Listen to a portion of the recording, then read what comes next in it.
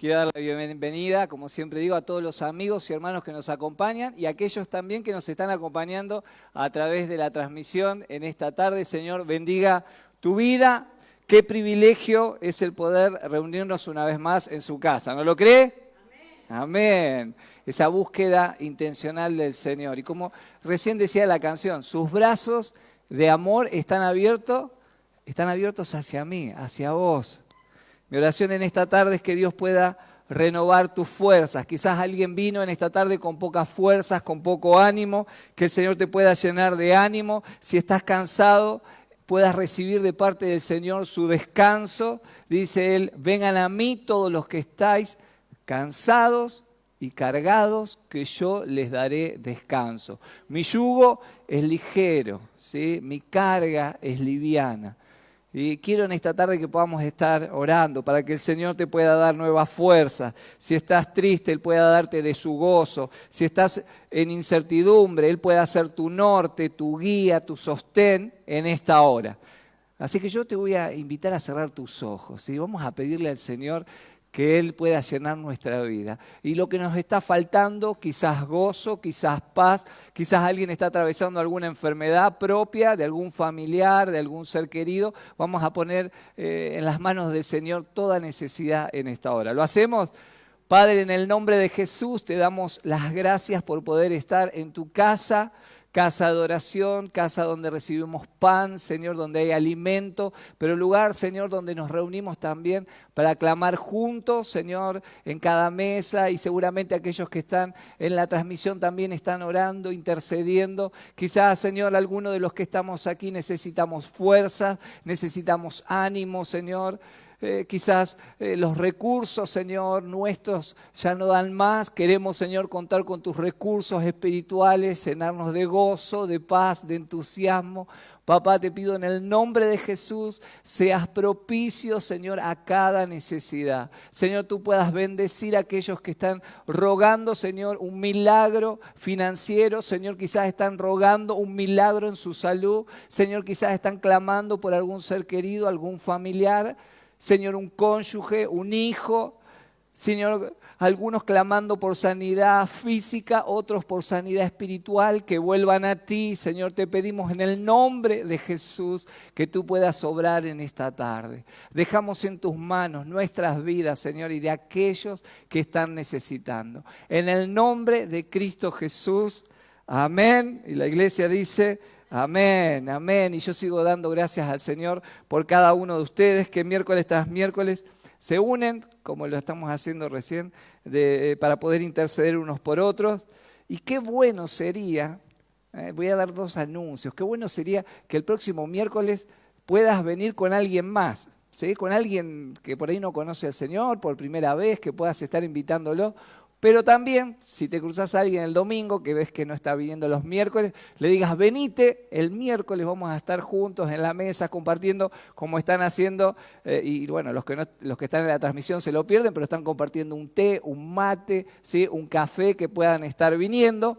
Pero también quiero que no te olvides que todos aquellos que vienen seguido al culto de la tarde, la reunión de la tarde, recuerden que este domingo a las 18:15, a las 6:15, vamos a estar convocándonos para también compartir un tiempo especial de amistad, de poder compartir un té, pero también de poder invitar a alguien para que pueda estar participando de la reunión este domingo 18 a las 18:15. Ahora, el domingo que viene, ¿sí? El siguiente, el domingo 25, por la mañana también vamos a estar disfrutando de un desayuno, pero esta vez a las 10:15 de la mañana. ¿A qué hora este domingo? Y el próximo, los que vienen a la mañana, a las 10:15. Muy bien. Y hoy en especial te animo a que puedas seguir orando en las mesas después de terminar de compartir la palabra, puedas estar orando por el festival del sábado, para que las personas puedan ser impactados por el mover de Dios, tanto los niños como los padres puedan recibir un mensaje de parte de Dios. Así que no dejes de asistir, no dejes de invitar, no dejes de colaborar, muchas gracias, y no dejes de participar en este precioso evento, que es para toda la familia, así que estemos orando y participando de alguna manera. Y como hacemos habitualmente, luego de compartir la palabra, vamos a tomarnos un tiempo para charlar, para orar en las mesas, pero también para compartir algunas preguntas, ¿sí? en las mesas, así que te invito a que no te vayas, no te retires tan rápido. Estamos con una nueva serie. No sé si recuerdan, las comenzamos la semana pasada, Palabras con Carácter. Y habíamos hablado la semana pasada sobre la fe, que la fe es más que qué, es más que creer. Y eso habíamos compartido la semana pasada. Y habíamos hablado de esta palabra, carácter, que no necesariamente una persona con carácter es aquella que tiene mal genio o aquella que avasalla a los demás, sino que el término carácter significa una marca que se imprime, ¿sí? O algo que se graba o que se esculpe. Son esas características distintivas de una persona a través de sus acciones, a través de sus decisiones, a través del comportamiento que tiene. Si algo intenta forjar el Señor en nuestras vidas o tallar en nuestro corazón, es el carácter de Cristo en nosotros. En esta tarde vamos a ver una característica más del carácter de Cristo. Por eso el título de la reflexión es Humildad no es señal de debilidad. Humildad no es una señal de debilidad. Y vamos a ver a continuación 3 características de la humildad. En primer lugar, la humildad nos permite vivir de manera equilibrada. ¿Usted vive de manera equilibrada? Si tuviera que definirse a sí mismo, ¿sí? Si tuviera que preguntarse a sí mismo, ¿podría decir que usted es una persona humilde? ¿Cuánto podrían decir acá? Yo soy una persona humilde. Y de algunas manos ahí, algunas manos levantaron. Alguien por ahí podría decir, no, pastor, si yo digo que soy una persona humilde, automáticamente dejaría de ser una persona humilde. ¿Está seguro de eso? ¿Entendemos realmente lo que significa la palabra humildad? A veces podemos malinterpretar esta palabra, tantas veces mal usada, la palabra humildad. Humildad no necesariamente está relacionada con personas de pocos recursos. A veces decimos que las personas de estratos sociales más pobres son personas humildes y alguno podría decir que personas de clase baja son personas humildes o una persona indigente es una persona humilde, pero ¿cuántos de nosotros conocemos personas que no tienen recursos y son muy orgullosas igual? Así que esto no tiene que ver la humildad con mi situación económica. Coincide que hay personas así, quizás no tengan muchos recursos y que no son humildes, todo lo contrario, son muy orgullosas. Por el contrario, podría haber una persona con muchos recursos, con dinero, con posesiones y ser genuinamente humilde. Escuche bien, ni la cantidad de dinero, ni la cantidad de bienes, ni de logros personales definen el carácter de una persona. Otros relacionan a la humildad con señales de debilidad. Si una persona es débil, dice, esta persona es humilde. O si es tímida, ¡ay, qué humilde que es! Porque la persona le da vergüenza o quizás tiene temor y podemos llegar a relacionar el temor con la humildad. Pero como vamos a ver, lejos de esto está la humildad. Por el contrario, una persona con carácter humilde debiera ser una persona fuerte, segura y valiente. Ahora, si yo le preguntara a usted, ¿usted es una persona humilde sabiendo que tiene estas características? Si usted busca en la palabra tenemos vastos ejemplos, con solo mencionar al Señor Jesús, con solo mencionar a Moisés, personas humildes que fueron fuertes, seguras y valientes. Para empezar podríamos definir la palabra humildad. Y la humildad es una virtud del carácter, ¿sí? Que consiste en el conocimiento de mis limitaciones y mis debilidades. ¿Usted es consciente que tiene limitaciones y debilidades? Pero también debemos ser conscientes que tenemos habilidades y destrezas. La humildad lo que nos permite es, una vez que sabemos que tenemos habilidades y destrezas, que tenemos necesidades y debilidades, nos permite reconocer cuáles son y poder actuar en consecuencia. el apóstol Pablo nos invita a reflexionar en el concepto que tenemos de nosotros mismos. Yo lo invito a usted a que pueda leer conmigo Romanos capítulo 12, verso 3. Dice así: por la gracia que se me ha dado, digo a todos ustedes, le dice a la iglesia en Roma y a las iglesias que iban a leer, llega a nuestros días hoy, así que aplica para nosotros hoy. Nadie tenga un concepto de sí más alto que el que debe tener, sino más bien piense de sí mismo, ¿cómo? Con moderación, con equilibrio, según la medida de fe que Dios le ha dado. En otra versión dice: les pido que no se crean mejores de lo que realmente son, que ninguno se crea mejor que los demás, más bien, dice, usen su buen juicio para ser moderados al formarse una opinión de sí mismos. De eso se trata la humildad, de poder ser equilibrados de cómo pensamos de nosotros mismos, de reconocer quiénes somos en Dios, de no pretender ser algo que no soy y de no aparentar o tratar de mostrarme de una manera distinta a la que soy en realidad. ¿Conoce personas así que son orgullosas y que se demuestran de una manera que no son? La autenticidad es una característica de los humildes. Una persona humilde tiene una autoestima emocional y espiritual saludable. ¿Qué significa esto? Que no se considera menos que los demás, pero tampoco tiene una sobreestima, no se pone por encima de otros. La clave de la humildad en un cristiano está en su identidad en Cristo.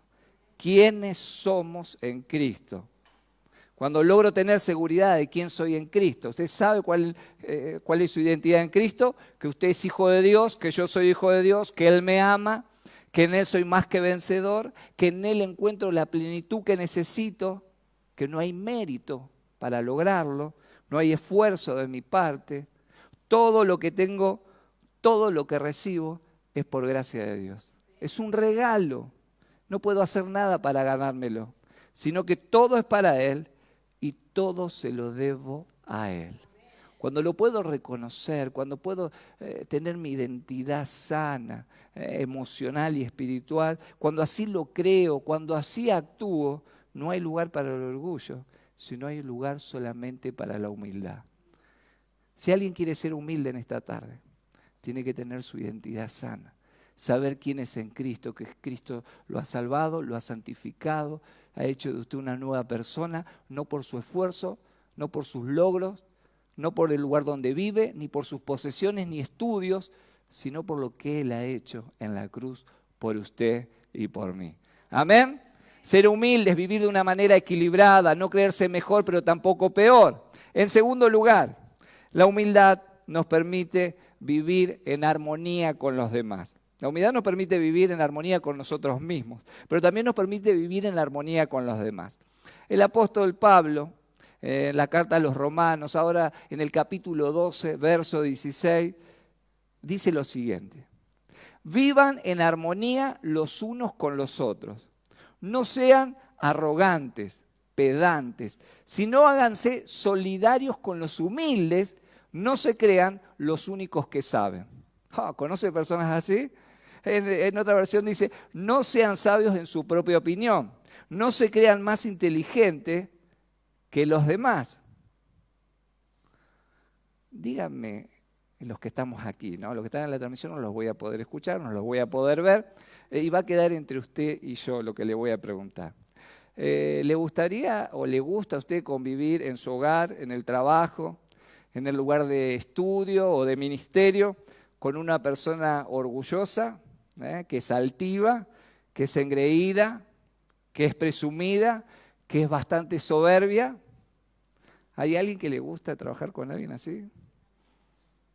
Creo yo, humildemente, no vi ninguno levantar la mano, pero creo que ninguno de nosotros nos gustaría trabajar con personas así. La pregunta es, ¿tenemos algunas de estas características? ¿Hay alguien que podría decir: no quiero trabajar con vos porque veo alguna de estas cosas?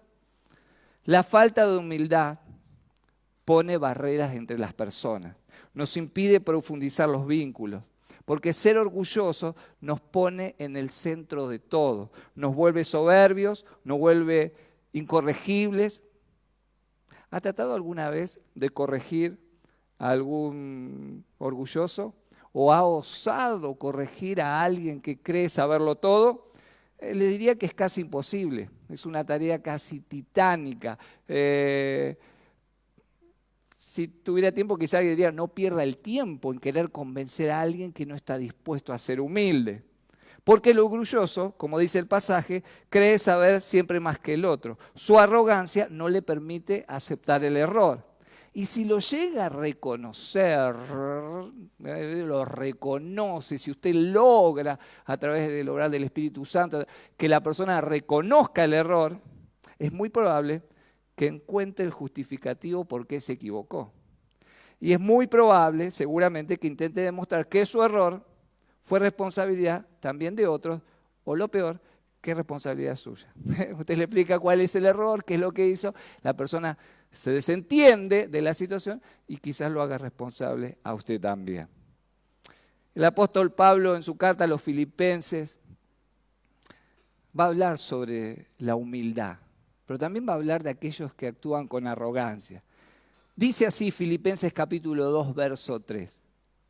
No hagan nada por egoísmo o por vanidad. Más bien, dice, con humildad consideren a los demás como superiores a ustedes mismos. Mira el que tiene al lado ahí. ¿Lo ve? ¿Cómo lo ve? ¿Cómo lo considera? Lo mira con... Él lo tenía que mirar nomás. Al que es orgulloso, voy a usar un término que se usa comúnmente, le cuesta dar el brazo a torcer al que es orgulloso. Le cuesta reconocer sus verdaderas motivaciones. Se muestra de una forma, pero en el fondo, por eso dice, nada hagáis por vanagloria o nada hagáis por egoísmo. A veces no se puede ver las motivaciones, pero el orgulloso a veces tiene otras motivaciones. Se muestra de una forma, pero en el fondo se dejan ver o se presentan ambiciones egoístas.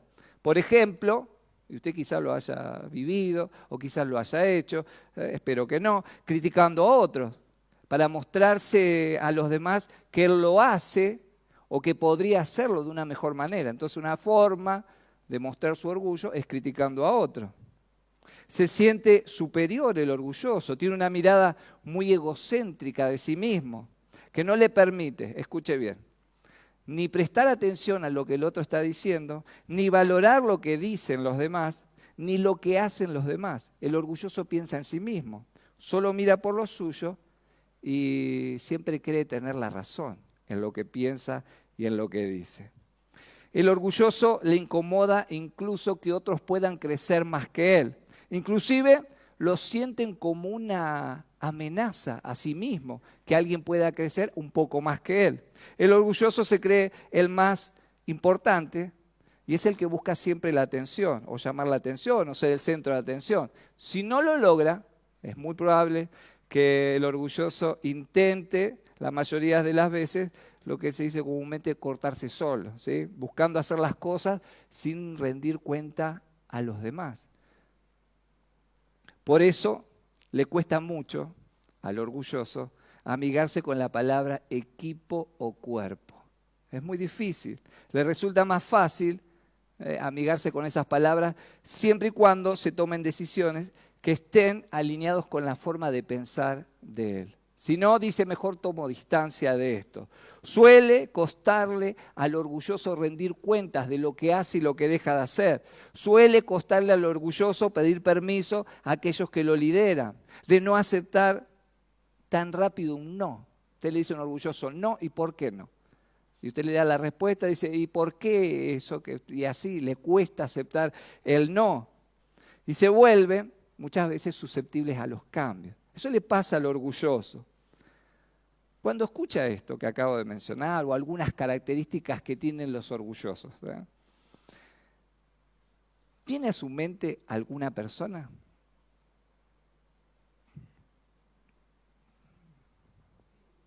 No era para que responda. Debiera. Si su respuesta es afirmativa, ¿sí?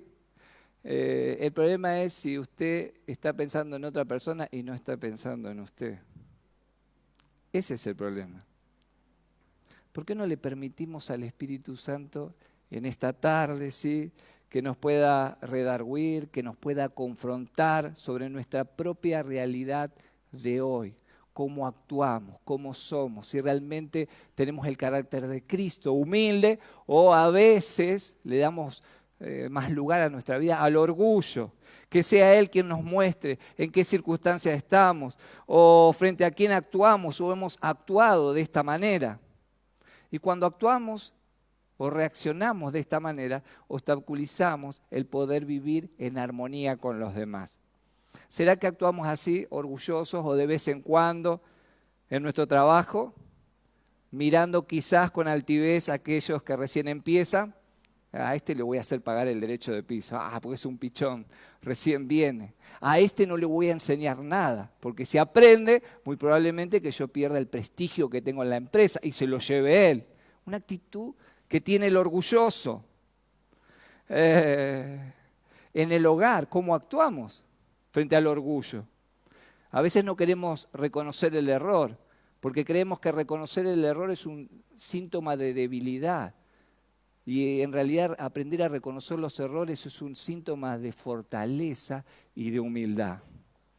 A veces no queremos reconocer el error solo por el hecho de nuestra figura de autoridad. Si somos padres, ¿cómo vamos a reconocer un error con nuestros hijos? Siempre es mucho más fácil encontrar la paja en el familiar ajeno que encontrar la viga en nuestro propio ojo. Pero se necesita realmente verdadera humildad para poder reconocer la viga que tenemos en nuestro ojo y dejar de lado esa paja que tiene nuestro familiar. Y esto debería ser mucho más práctico. La pregunta en esta tarde es: ¿cuándo fue la última vez que le hemos pedido perdón a nuestros hijos? ¿Por algún exabrupto? ¿Por alguna grosería? ¿Por levantar la voz innecesariamente? ¿O por decir algo fuera de lugar a nuestro cónyuge? ¿Cuándo fue la última vez? No, pero si yo le pido perdón a mis hijos, pierdo la autoridad. No, si yo le reconozco a mi esposa que me equivoqué, ahora me va a sacar en cara todas las otras veces. ¿Cuándo fue la última vez que reconocimos, no solo en el hogar, no solo en el trabajo, sino en la iglesia, que hemos actuado con orgullo? ¿Cuándo fue la última vez que reconocimos que en el lugar de liderazgo que Dios nos dio, se nos subió quizás algunos los humos a la cabeza y actuamos o dijimos cosas con altivez, como si fuéramos superiores a los demás? Mientras que la palabra nos dice lo contrario, que la humildad es tratar a los demás, y escuché bien, como, no que son superiores, sino como si fueran superiores. Así lo dice la palabra, lo acaba de leer conmigo. Yo debo tratar a los demás, no que son superiores a mí, sino como si fueran superiores a nosotros mismos. ¿Y cómo se trata a una persona que es superior? Viene la persona, le limpia el piso, le trae regalos.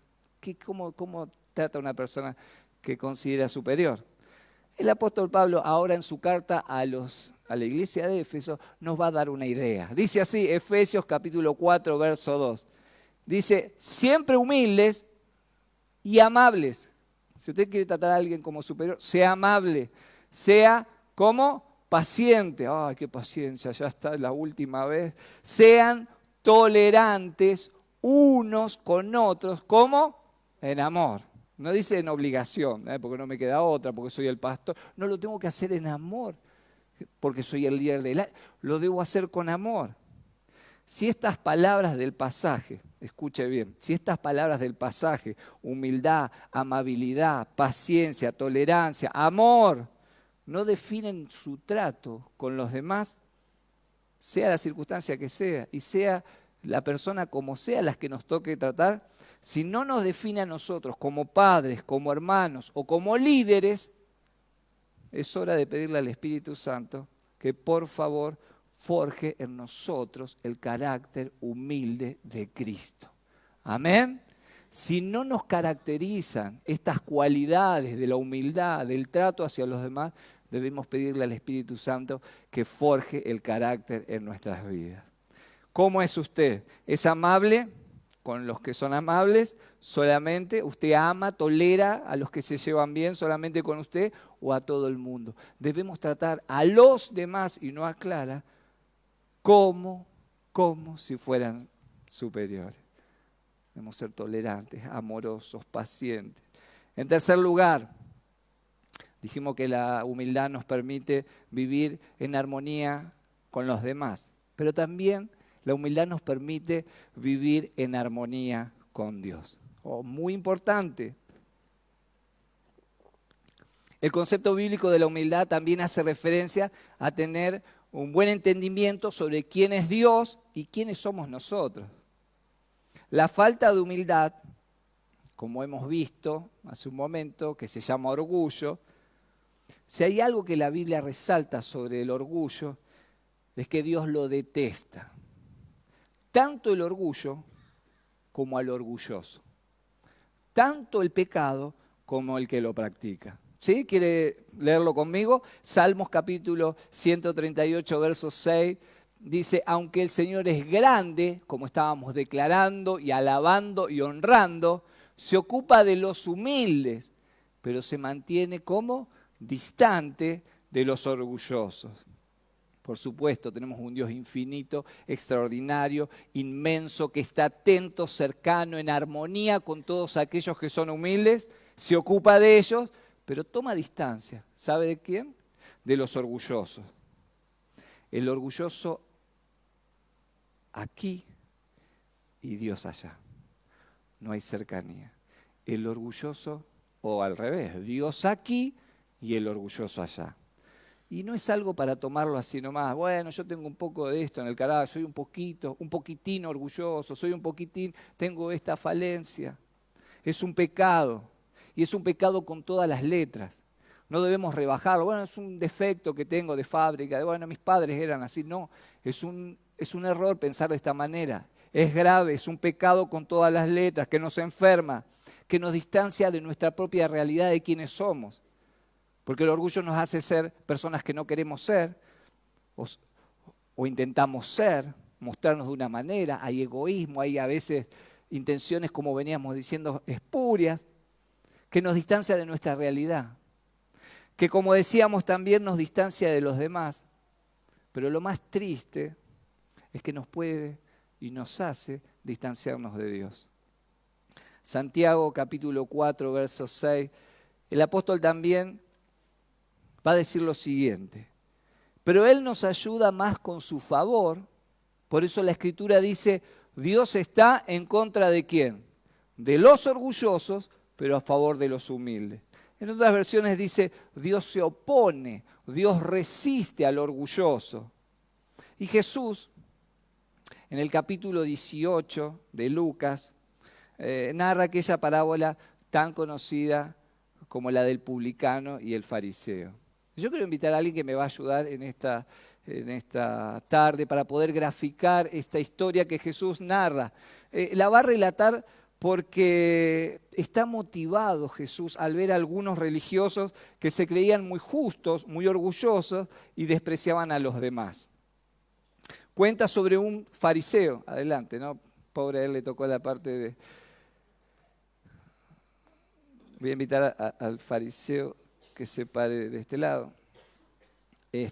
Cuenta sobre un fariseo que se acerca al templo para poder orar.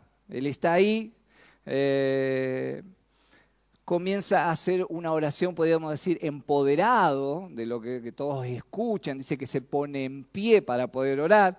En el mismo momento, relata Jesús, que había un publicano, ¿sí?, un cobrador de impuestos, alguien que era condenado por las personas de aquel entonces, quizás el peor pecador de aquel tiempo, un traidor a la patria, a sus correligionarios, era alguien mal visto. Decirle a alguien cobrador de impuestos, publicano, era una ofensa, era una mala palabra.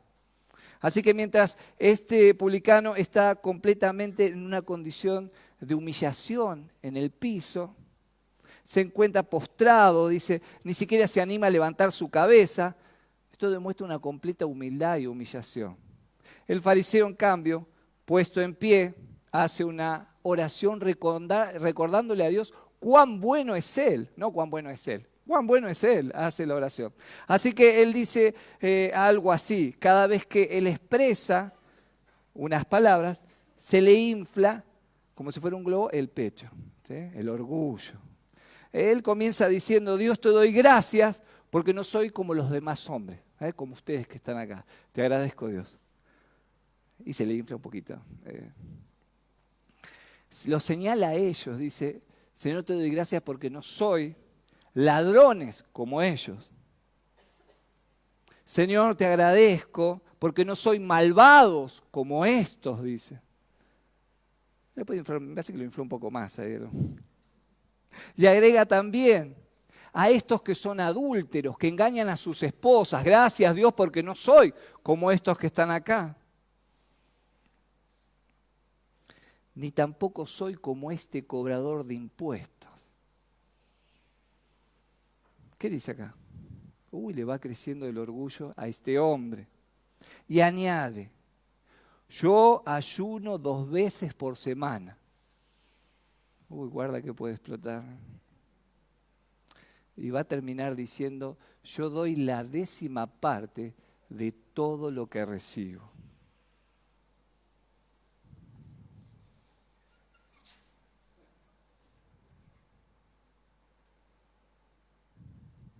Muchas gracias.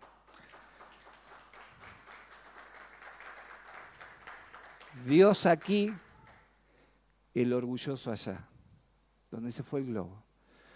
Dios aquí y el publicano humillado con el Señor. Nos distanciamos, el orgullo nos distancia de Dios. Mientras que el publicano ni siquiera se atrevía a levantar la mirada al cielo, sino que dice la palabra se daba golpes. En la historia de Jesús dice se daba golpes en el pecho y decía, Dios, ten compasión de mí y perdóname todo el mal que he hecho, mientras éste inflaba su pecho.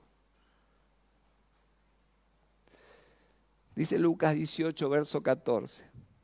Cuando Jesús terminó de contar esta historia, Jesús le dijo a aquellos hombres, les aseguro que cuando el cobrador de impuestos regresó a su casa, Dios ya lo había perdonado. Había nuevamente vuelto a tener esa armonía con Dios. Pero el fariseo no. Dios aquí, los orgullosos allá, como el globo.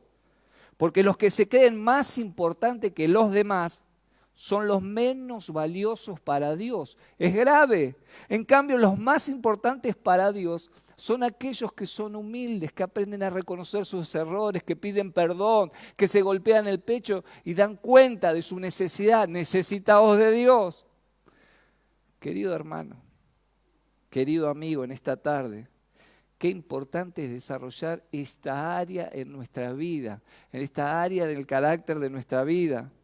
¿No será que algunos en este tiempo estamos luchando con Dios? Quizás la falta de humildad nos haga mantener cierta distancia de Dios, no solo con las personas, sino lo más grave, con Dios mismo. Siempre lo hablamos, hay una relación con Dios vertical, pero también hay una relación horizontal.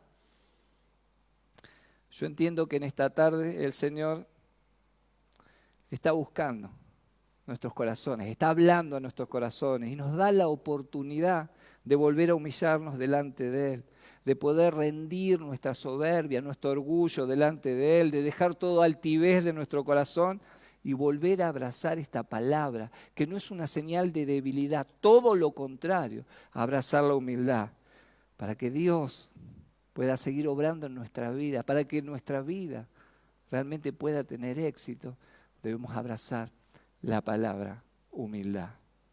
Yo te invito a cerrar tus ojos en esta hora.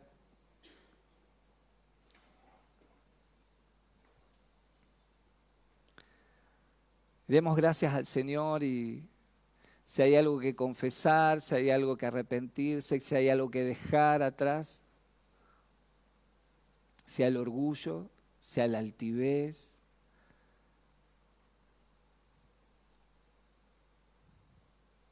que podamos volver a decir perdón, me arrepiento. Señor, quiero tener tu carácter, ser humilde, no pensar más de mí, de lo que debo, pero tampoco menos. En ti, Señor, quiero ser alguien valiente, fuerte, seguro. Padre Celestial, en esta tarde, Señor, te ruego que bendigas la vida de cada uno de tus hijos que hoy se han convocado en esta hora para escuchar tu palabra, esta que es viva, que es eficaz, que es más cortante, Señor, que espada. Señor, que pueda entrar hasta lo más profundo de nuestro corazón y pueda escarbar y sacar todo orgullo, todo altivez.